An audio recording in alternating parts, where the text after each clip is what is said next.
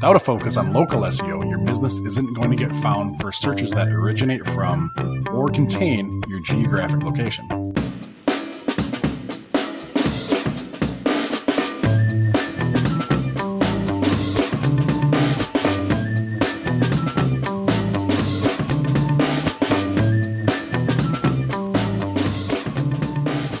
Welcome back to Local SEO Tactics, where we bring you tips and tricks to get found online. I'm your host, Jesse Dolan. We're going to be talking today about local SEO. Imagine that, right? But no, specifically the benefits of local SEO and why it's important to talk about local SEO and not just SEO in general. So I want to start off by sharing a graphic that Sue and I use often for a webinar presentation that we'll give on a regular basis. And this is kind of cheesy, I know, but it's the definition of SEO. And so what it says here is SEO, search engine optimization, the methods used to boost the ranking or frequency of a website and the results returned by search engine in an effort to maximize user traffic to the site, right? Now, the key takeaway here in the little red arrow is pointing towards methods, right? Because when we think about SEO, we don't think about what it does. We think about what it is, right? Or the question behind the question here, right? So when we think about SEO, we think about the methods to boost rankings and traffic to the site. And really, at the end of the day, the thing that we care about here is the methods, right? That's bar none, the number one thing that we're worried about. And I think when we talk about methods and then apply the local aspect to it, that's where the nuance is here. So what makes local SEO different than SEO is the local, the geographic location, the backyard, right? My town, my city, things like that. And if you're not going to be adding those geographic keywords to your methods and your tactics for how you're going to optimize your website, then you're not going to get found for local. And the key thing about local SEO is this is what's going to allow you to be shown for searches that originate from or contain your target geographic area. What do we mean by that? So originate from, if I do flower shop near me, right? Google knows where I'm at with some precision, depending on if I'm on mobile or where my IP address is, whatever.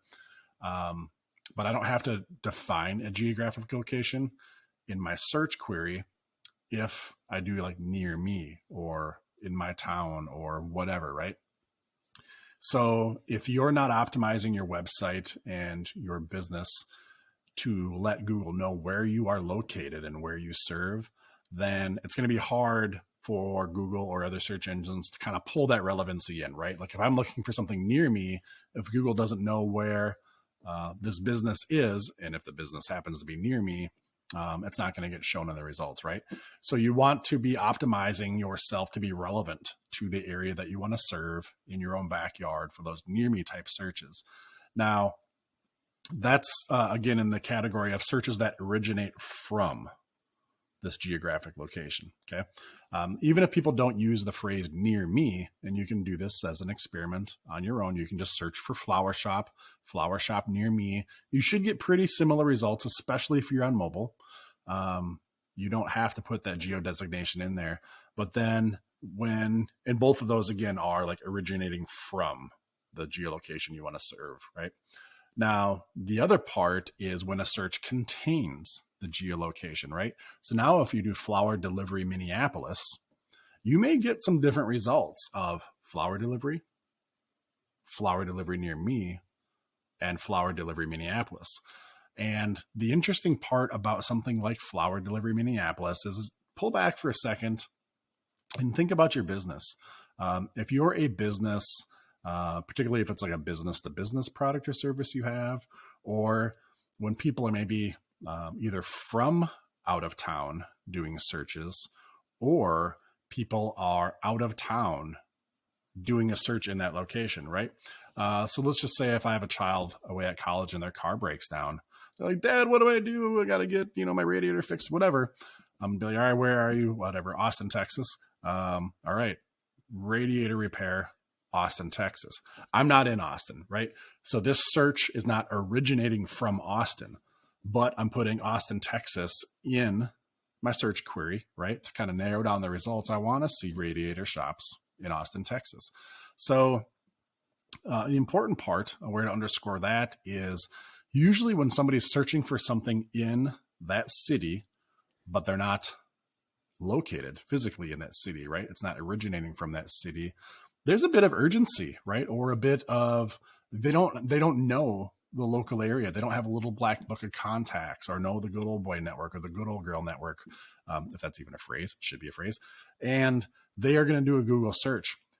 From a marketing standpoint, and applying local SEO to this, we definitely want to be found for those searches. That's somebody who needs something and doesn't know who else to contact. That's your opportunity to make a great first impression, to capture that business, and not have somebody else get the business, of course, right? So again, that's an example of a search containing the geographic keywords, but not originating from that geographic area. The good part about local SEO is if you're doing it right, you should be able to get traction on both of those. You don't have to optimize with keywords of near me on your website, right? If you let Google know where you're at and where you serve, then it should be able to ascertain that you do serve this area, and you'll show up for near me searches or just flower shop searches when it's in the area that's relevant to you. Likewise, somebody does a search from Chicago. Maybe they're looking to get flowers delivered to their significant other in Minneapolis because they're away. If they're searching for flower delivery Minneapolis, again, if you're doing it right, you should show up there as well. So that's a quick distinction on kind of two different ways that local SEO comes into play for us, and some things that we have to be aware of, because there's a slightly different intent and maybe purpose, right, for both of those different searchers. Again, the good news is if you're doing local SEO the right way, you should be accomplishing that. Hey everyone, just a quick message about our free SEO audit tool on localseotactics.com, and we'll get right back to the show.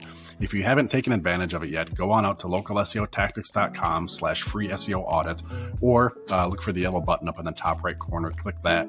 And it's going to take just a couple seconds. You enter in the page that you want to optimize, what you're looking for the audit to score against. Enter in that page, enter in the keyword you're looking to get optimized for, and enter in your email address, click the button, and it's going to take you a few seconds, and then it's going to send you off a PDF report via email. It's a great report. It's going to kind of give you an overall score of some vital SEO areas for that page and for your website at large, even though it's auditing this page. That's going to tell you some of the good things that are happening, some of the bad things that are happening too, and give you basically a checklist of some things that you need to shore up and what you can do to improve your SEO for that page, for that keyword that you're auditing. Now, you can use this as many times as you want. You can do multiple keywords, multiple pages, multiple keywords on the same page. You can even use this to check against your competitors, right? If you want to do a little reverse engineering, see how they're scoring for a certain keyword, what they may be doing good that you're not, and some things to improve there. So lots of different ways to use it, completely free. Again, go on to localseotactics.com/free SEO audit, or look for the yellow button in the top right corner of the website. A couple things to think about when we think local SEO. Again, the geolocation part of it here is where we're drilling down into, is what does it even mean? In my example, I'm using cities, Austin, Texas, Minneapolis, but it doesn't have to just be a city. You've got cities, towns, unincorporated areas, right? Smaller towns, things like that. But then also you have counties, or, down in Louisiana, parishes. You have states. You can definitely, if you're serving, a number of cities or areas within a state, I would definitely also optimize some pages on my website for the state, not just for the city, right? To kind of draw some relevancy to that as well. Particularly if your service is something that, isn't just within a 3-mile, area of where your business is located. So go after the state, region, whether it's Midwest, deep South, West Coast, right? We kind of have these slang references to the overall regions. Now I'm talking like larger United States regions there, but within your state. I'm in Minnesota here, right? So we have the North Shore up on Lake Superior. That's a region. You can optimize for that. If people are searching for that, then you can optimize for that, right? And be found for it. Neighborhoods, right? Particular developments, neighborhood kind of pocket areas, whether they're actual names or even slang names, right? If you're not sure if something even registered, it's like, is that like a real, neighborhood designation, real quadrant for my city? Do Google search for it. if you do a Google search, let's say for Minneapolis, Minnesota, Google should give you a result that shows where Google has a graphic on the map that defines the Minneapolis area. It understands Minneapolis, and this is the geographic kind of zone for it. So whatever your slang things you're thinking of, just do a Google search. And if Google can understand what you mean and show you some results, then you're good there, right? So a couple more zip codes, right? That's like a definitely defined area, the zip code, something Google is very aware of, and also area codes. Now, if I missed anything, hopefully this kind of has your brain thinking, how do you define your geographic areas? It's all going to apply. Again, and when in doubt, just do a test on Google to see if it registers with Google, if they understand what you mean when you type this thing in. Okay, so that's your geographic areas. Now, what the heck do you do with that? On your website, you're going to want to make sure you're building out content talking about those areas. Wherever it's relevant to you, you're going to want to mention that city, that state, that region, things like that. Mix that into your content. We've talked before, and we've had episodes about location pages, targeting cities explicitly with a page that's optimized for that city, plus a service keyword or a product keyword, things like that. And don't be afraid to multiply content on your website. If you, let's just say I have two cities, Minneapolis and St. Paul, and you have 3 or 4 products and services, you can have a page about radiator repair in Minneapolis and a page about radiator repair St. Paul. Those pages can be very similar, but they are unique and different. They have different URLs, different content, different headlines. As long as you make them unique enough, there's no problem. That's not like duplicate content or anything like that. But you're going to want to build those out and be specific to those locations, just like you're specific in your products and services that you're building out as well. The other thing you can do is on certain pages have lists, like here's all the cities that we serve, right? Here's all the zip codes we serve. Don't mash all this stuff into the bottom of all your pages and be super spammy. It's not going to work. That's going to be bad content for you. But you can build out pages and pockets of information here. Again, kind of pages within that same chapter, right? Tell a little bit of that story to Google about the locations that you're relevant to. So with that, kind of in summary, again, what are the benefits of local SEO that you're going to show up for people searching for things where the search originates in the area you're serving, or when it originates from outside but contains those keywords? You're also going to get that benefit of if you're doing this properly, for local SEO, that also means like your H1, let's say on this Minneapolis radiator repair page, you have the word Minneapolis and radiator repair on that page, probably high on that page. So from a conversion standpoint, right? If you are ranking and get that traction for your local SEO, when somebody clicks on your page and visits your website, they're also going to see Minneapolis radiator repair. Hey, I'm in the right spot, right? So it spills over from SEO into UX and conversion, and ultimately gets you the business, which is what we're here for. We're not just here to rank high. We're here to grow our businesses, right? So there you go. Hopefully that helps explain kind of what local SEO is. By no means is that an end-all be-all definition of local SEO or all the things you should do or all the aspects, but we've been having some conversations lately around this topic, and I thought it would be a good one to share with everybody and shed some light on it, and hopefully open you up to maybe a few veins of thoughts there. So if you like the kind of stuff that we're sharing on the show here today, for this episode and what we've been doing for the past few years, we'd love to get a review from you. That's how we know we're doing a good job, shows us we're doing a good job, shows others we're doing a good job, helps our visibility within all these various ecosystems where you can access the show.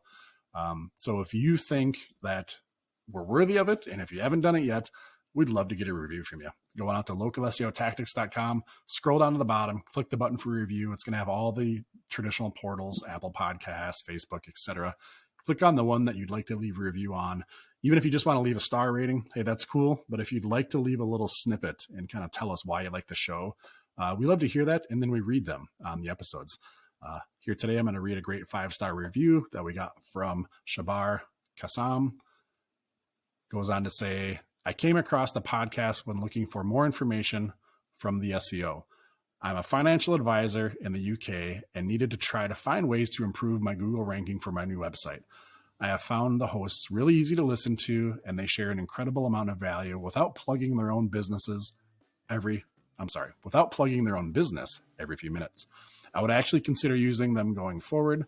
Keep up the good work, guys. Shabar, shameless plug, right in the face of your review. Hey, if you want to use us, we're here. Go out to intrix.com. We offer professional help for all the things that we talk about. And yeah, that is first and foremost what we're trying to do is just provide value with the show. If people like what we're offering, they can apply it themselves. And if you run out of bandwidth, run out of time, we're here as well to provide these services professionally. So thanks for taking note of that. And yeah, at any point, we'd love to talk to you. Everybody else, hope you enjoyed this episode. Hope you got some action items out of it. Hope you can apply it to help grow your business. And we'll catch you on the next episode. Take care.